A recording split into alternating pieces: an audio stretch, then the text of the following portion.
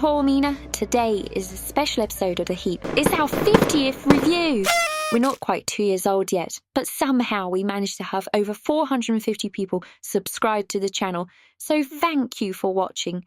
Don't forget, sharing our videos builds our channel for free, and commenting makes us feel like we've actually got viewers. And a huge thank you to all of those of you who help us keep things going by supporting us on Patreon, because this does take time, and we don't earn anything directly from YouTube doing it.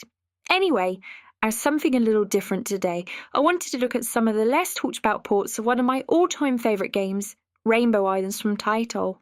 Released in 1987 into the arcades as a follow-up to the smash hit Bubble Bobble, Rainbow Islands brings with the late Mitsuki Fukio's game design philosophy and is easily an all-time great 5-star game on the Rubbish Heap rating scale. Very soon after, it started getting ported home, with the Famicom version first in 1988. Today, I wanted to not just look at the Famicom port, which is also the version released in North America, but also two other ways that Rainbow Islands can, well, at least be played. I won't say enjoyed. Not just yet. Rainbow Island's basic objective is to scale each island's 4 stages to the top by means of platforming and using your rainbows, which also double up as your attack. Diamonds and power-ups are awarded for trapping enemies with a rainbow and smashing them, which can lead to further power-ups. If you collect all 7 rainbow-coloured diamonds on an island, you'll be awarded its big diamond. On completing the first 7 islands, so long as you have captured all 7 big diamonds, the secret islands are opened up. As for my preferred way to play it these days, that would either be on a PlayStation 2, Switch or PC engine. It should also be noted that whilst it lacks the secret islands, the Western Amiga, PlayStation and Saturn ports are also very worth playing. Today I'm going to look at these 3 slightly less orthodox ways to enjoy this title classic on the Famicom, WonderSwan and Game Boy Color, and discover whether there is gold at the end of the rainbow after all.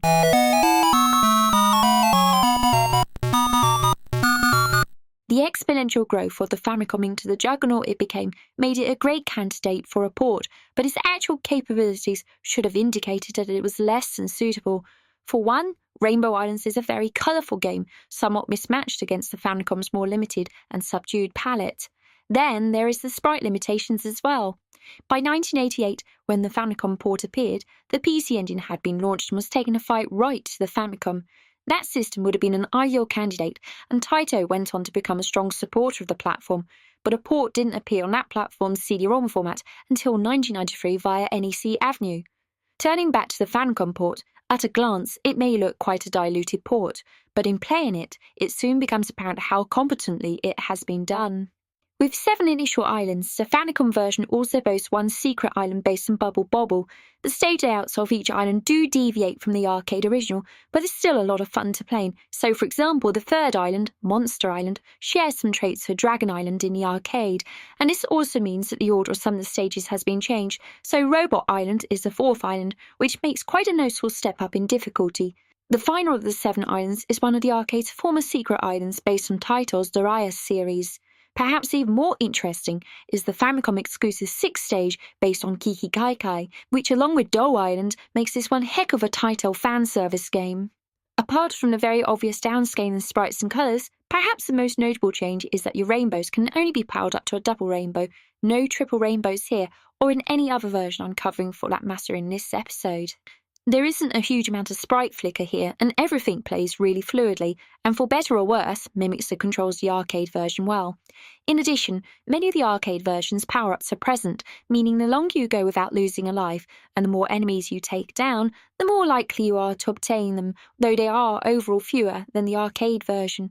Unlike the arcade and some other versions, collecting the diamonds in order, i.e. red, orange, yellow, etc., until violet has no effect. So long as you collect all of them, you can obtain the bonus at the end of the stage, such as the permanent magic shoes power-up, but is left to luck. Press A or B and hope you choose the right treasure chest. And compared to the European NES port, this is a different game entirely, as that version, whilst perhaps having even more pleasing graphics, lacks the secret island. Overall, the Famicom version is a lot better than you might imagine, and remains to this day a really fun way to play the game. There are no saves or passwords though, but unlimited continues give you a chance, and there are some secret codes to help you which I've linked to in the video description. Japanese level-wise, I'd rate it as conversational, with fair legibility, and it's all in hiragana.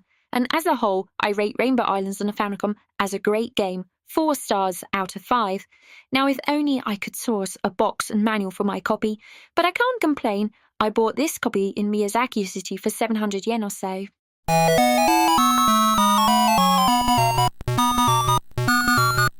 I don't own a WonderSwan, but a recent acquisition of the Nintendo Wii opened up the door to playing WonderSwan games any way I could, if you catch my drift. Officially called Rainbow Islands Putty's Party, I was actually quite excited to try this one out, as I have a love of black and white or monochromatic graphics, even though that rather goes against the idea of this being Rainbow Islands. Instead of featuring Bub and Bob, their protege Putty stars in this reimagining of the Rainbow Islands formula. In an attempt to jazz things up, a story follows her adventure when she is visited by a fairy called Naughty who needs help. It mostly retains the stage layouts faithful to the original from what I've played, though some enemy positions seem to be different and adds a bit of parallax scrolling. There are also some cutscenes and some vaguely funny moments, such as when Putty calls Naughty an insect or when she eats all of the cake. But beyond that, Now, I'm very aware that the WonderSwan hardware has 75Hz refresh, so the way I'm playing this on 60Hz will have an effect on the overall speed and smoothness of this capture. But my biggest issue is that the whole pacing of this version is off. Honestly, try and beat Island World's boss, the bouncing spider, without the magic shoes. That has nothing to do with 75 versus 60Hz. It feels like Putty is walking around having soiled herself from eating too much of that cake, with a stiff and slow shuffle, even with the magic shoes. Add to that the really dodgy collision detection, the occasional jumping in the complete opposite direction to what was pressed from a standing jump, and the overall chugging, frequent slowdown. This version is a complete mess. Compounded to this was the screeching racket the music makes, which at times sounds like Mamoru Samuragochi was tasked with sound design. Though I will say the voice samples are excellent, though I ended up muting the sound in the end. On the third stage of Insect to Monster Island, you are thrown into a forced scrolling stage where the tide rises from the get-go, where one forced jump can doom you, and it's not impossible to collect anything on these stages, as the only objective is to reach the top of the stage before you drown. Most importantly, this zaps the fun out of proceedings. I admit my Rainbow Islands playstyle is a little bit more methodical, rather than speeding up to the goal, but woof! In addition, on Doe Island and presumably also Darius Island, you'll need to locate a hidden magical door to exit the stage. This seems also quite unnecessary, and these hindrances spoil the fun for me. And apparently, after completing initial 4 stages, there is only one more stage, Magical Island. I didn't play this far as, quite frankly, I value my hearing and also sanity, and also because to unlock it you need to get the big diamond, which seemed rather tricky in this version.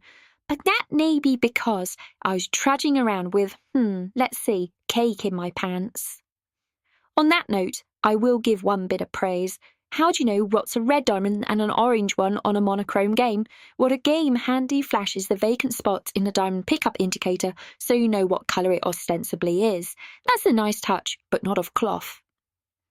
This version does at least have the grace to have 2 save files, and in the past, you could receive special power-ups via the WonderSwan's online connectivity, which can also be affected by a patch these days.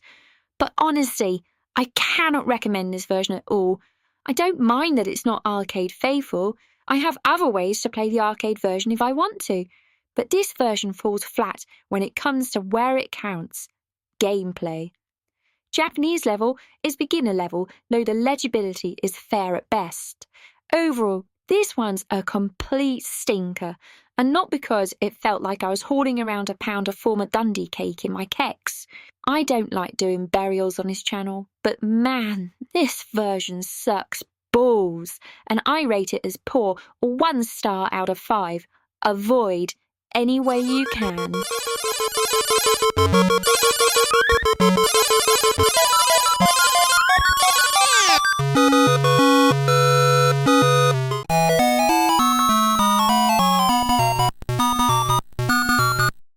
In many respects, the Game Boy Color version should be the lesser version to the WonderSwan, given the latter has a better hardware spec.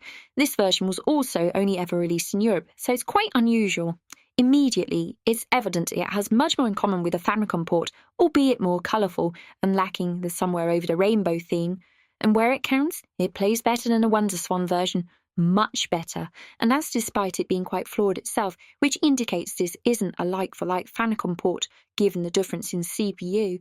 Versus a WonderSwan, being in colour lifts the atmosphere, but that alone does not make a game. What stands out is the pace, and it feels like I have some control over what's going on. Back from the WonderSwan version is the horizontal panning in stages, but this didn't seem to hinder gameplay in any noticeable way, and on my actual Game Boy Color, I made it all the way to the secret islands, so I was clearly able to make progress and was having some fun, and there was no nonsense about hidden doors or forced scrolling stages. All 7 initial islands are here, the arcade's 3 bonus stages and the Famicom version's Kiki Kaikai based island for a whopping total of 11 stages. Sadly, this version commits a big faux pas for mobile games. No save function, not even a password facility, so I couldn't pick up where I left off when I played through to the secret islands for my Game Boy Color when I wanted to record footage on my HDMI modded Game Boy Advance. But you can choose to play any of the first 6 islands in any order, and on completing all of those, Dragon Island will appear. This means you'll need to have a ton of playtime to get through this version, and conceivably is doable because you have infinite continues. But the lack of even just a password continue is a definite knock in my book. The faults unfortunately continue with this version. Collision detection is sometimes really iffy. Pickups, including diamonds, sometimes land mid-platform, necessitating a rainbow strike to collect them. Extra lives seem to be very far and few between, and there is some slowdown. But aside from the lack of save functionality, the biggest fault is with the bosses. Thankfully, they're not totally broken like in the WonderSwan version, where they move too fast. Instead, unlike the Famicom version, the collision detection on them is laughably bad, and the patterns most of them attack with can be easily avoided or overcome. With that all being said, though, I do find myself still enjoying this version of the game, though I am well aware I could be playing a better port. There are some basic options in this game, as well as 2 challenge modes, time and score attacks. Amusingly, it rated my performance on the Insect Island in the time attack mode as terribly awful, or words to that effect. Gee, thanks. As I played this version, I became aware of why I find enjoyment here. It's because this is as good as it got on a Nintendo Portable, at least until the Switch got its Arcade Archives release. I find myself sitting down with this on my Game Boy Color and having fun, but that owes more to the fact that it's Rainbow Islands than the overall quality of the port. The Game Boy Color port is a case of where the technical issues do dent the experience and therefore rating. I still find it fun to play, but I think 2 stars out of 5, or fair, is, well, fair? If it didn't exhibit quite so lackluster boss encounters, collision detection, and at least had a password-based continue, it would be rated as good. There's so much to like here. But then I think about what could have been.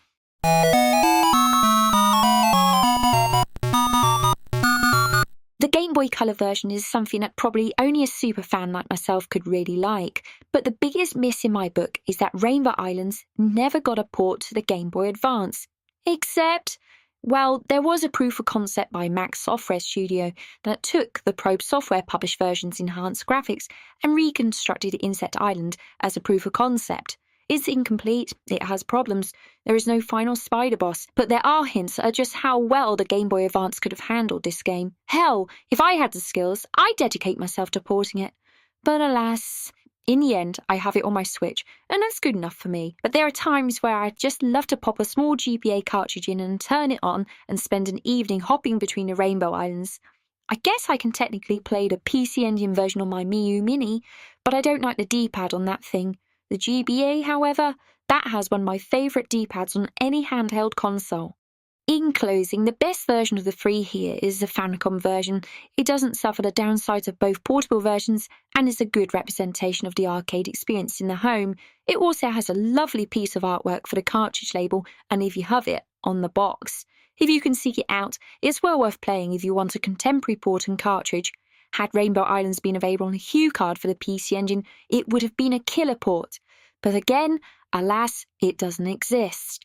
The Arcade Archives release is probably the smartest way to play Rainbow Islands these days, but I can't deny that when I pop in the Game Boy Color version, or better still, the Famicom version, I'm transported back to my childhood and I have a big, stupid smile on my face. Thanks for listening to my 50th episode of Rubbish Heap. Here's to the next 50, I guess.